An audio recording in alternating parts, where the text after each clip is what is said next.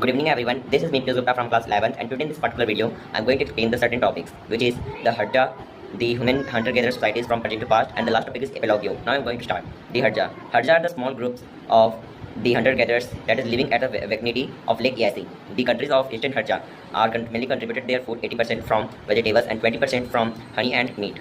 Now these are the only areas where the never shortage of food is coming even at a drought time.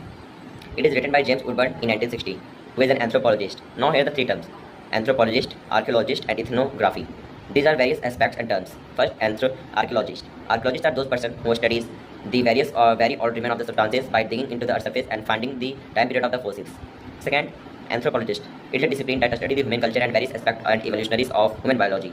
Third, ethnography. It is a discipline that studies the contemporary ethnic groups, mainly in the mode of their livelihood, race, color, religion, regions, etc. Now, the hunter-gatherer society from present to past. There are two views which is regarding to the hunter-gatherer societies. On the one hand, scholars who had directly viewed that the present day hunter-gatherer society is same as per to the past day hunter-gatherer society, that the archaeologists would study their old remains substances as the fossils. But on the other side, a scholar believed that the ethnography could not be decided that the present day hunter-gatherer society is same but the past day hunter-gatherer society. The present day hunter-gatherer society also do hunting and gathering, as well as they are also included in the extracurricular activities such for their income and earning of as an earning purpose. They also do the labor work in the neighboring farming, and also do the collecting the forest produce for their selling and earn the money. But the past days hunter-gatherer society should only being engaged in the work of hunting and gathering. They would not do any work in the except of hunting and gathering.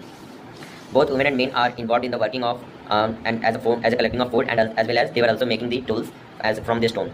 Now, Epilogio. The shift from foraging to the farming is a major turn in the human history.